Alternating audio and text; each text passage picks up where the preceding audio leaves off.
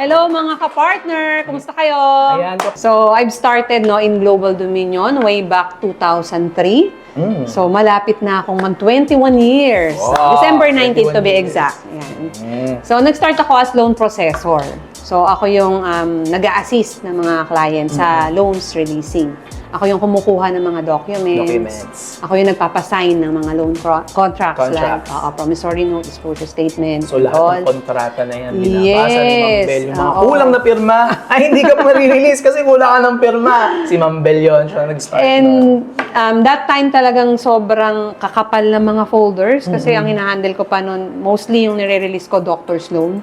So, mga renewal account. So yun, talagang hinuhugot ko pa yung mga old requirements, nilalagay ko pa sa ibabaw. So, akala ko, tatagal ba ako dito sa trabaho na to? Kasi folders ito. Yes, and then, yung cheque, kasi may mga PDCs yung accounts natin before, post-dated checks. So, yung cheque, iti-check right ko yun.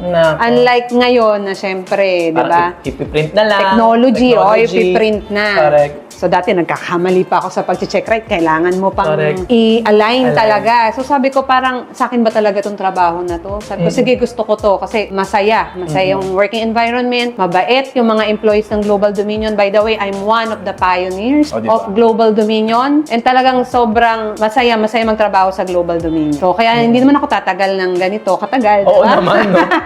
Kung hindi ako nag-e-enjoy sa trabaho. 21 years, di ba? Yeah, 21 years in business, di ba? Ibang si Ma'am Kaidaran ko si Global Dominion.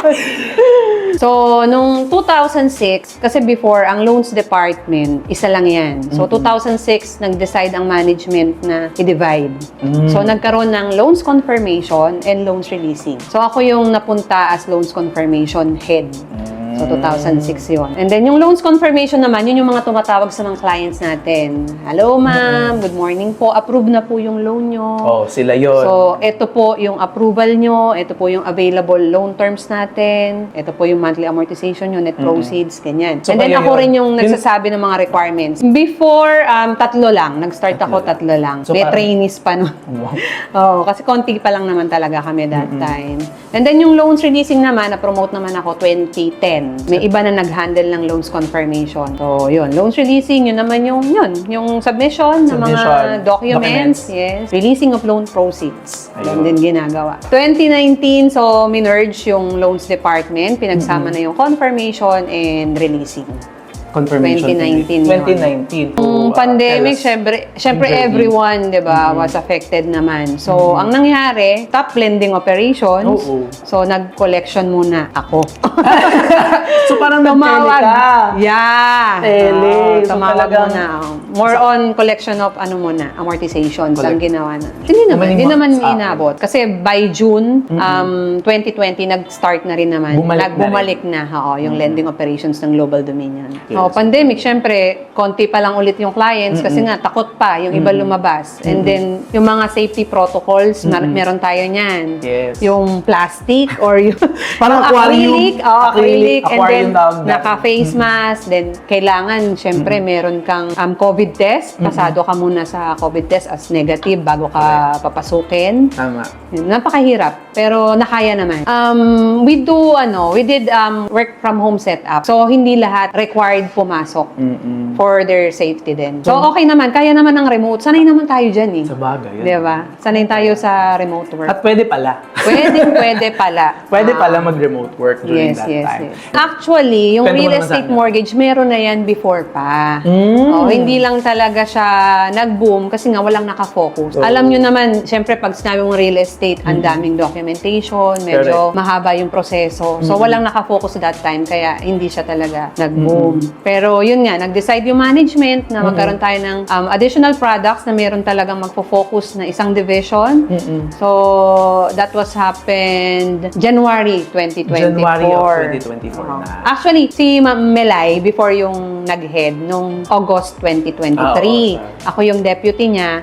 Pero nung January 2024, since si Ma'am Melay, na-promote, ito na yung bagong opportunity na binigay sa akin ng management to handle the REM division.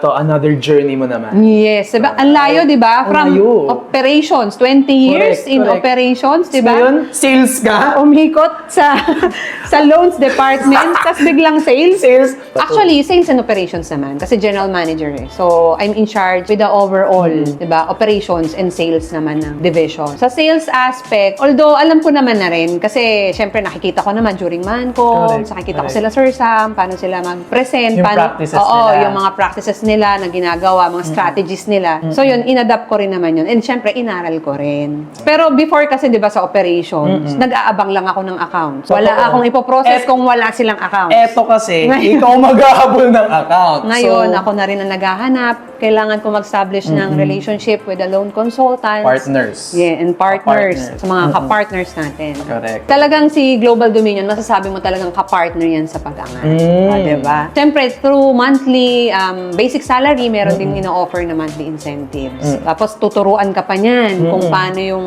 makakuha ng additional income. Diba? May mga personal finance seminars pa yan eh. So, with Global Dominion, nakapagpatayo ako ng bahay. Bye. Ano pa? Sasakyan, meron na rin. Sasakyan. Car plan. Siyempre, thank you, Global Dominion. Ayan, car plan. And of course, yung aking panganay, no? So, kailangan banggitin. Yung eldest ko, nakapagtapos ng college sa isang prestigious school. Talaga? Ayan. Nagtatrabaho na siya ngayon. Katulong ko na siya. Diba?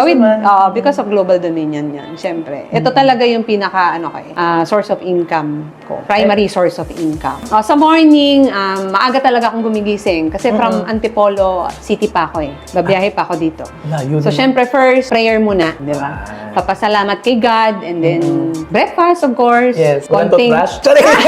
Kasama na yun. Kasama Siyempre, toothbrush, maliligo, ganyan. Okay. Magbabasa ng konti, di ba? Motivation, mga motivational quotes, ganyan. And then, yan, ready for work na. Ako, meron akong to-do list. Ayan, Sa to-do cellphone. Ayan. Kailangan, kasi hindi ako masyado ma-notebook. So, sa cellphone, lagi ko namang hawak. So, dun sa my notes, nakalagay dun yung everyday na dapat kong gawin. Kailangan kong ma-accomplish So, everyday. oo, Measure ng measure. productivity mo, di ba, mga accomplishments mo. Tama. Kasi ako, I always make sure na nami-meet ko yung deadline. Especially sa mga reports. Correct. Family, of course. Tsaka yung mga tao ko. Kasi alam kong kailangan ko magtrabaho para sa family ko, para sa REM division employees, di ba? Kasi dito rin nila kinukuha yung mga pang-araw-araw nila eh, na nagastusin, di ba? And pang-support sa family din nila.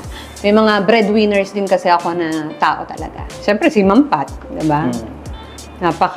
Talaga ni Ma'am Pat eh, napakagaling na leader. Woman And then, leader. yes, Yan. of course, Isang awardee. Si Sir Jerry, okay, pagdating sa personal finance, talagang marami kang matututunan dyan. Si Ma'am Melay, and many talaga, si Sir Don, si Sir Sir Don Sam, din. of course. Bakit ako nakarating dito? Oo. Siyempre, yung love ko sa work ko, dedication and commitment. Siyempre, hindi mo naman mararating yung goals mo kung hindi ka dedicated sa trabaho, di ba?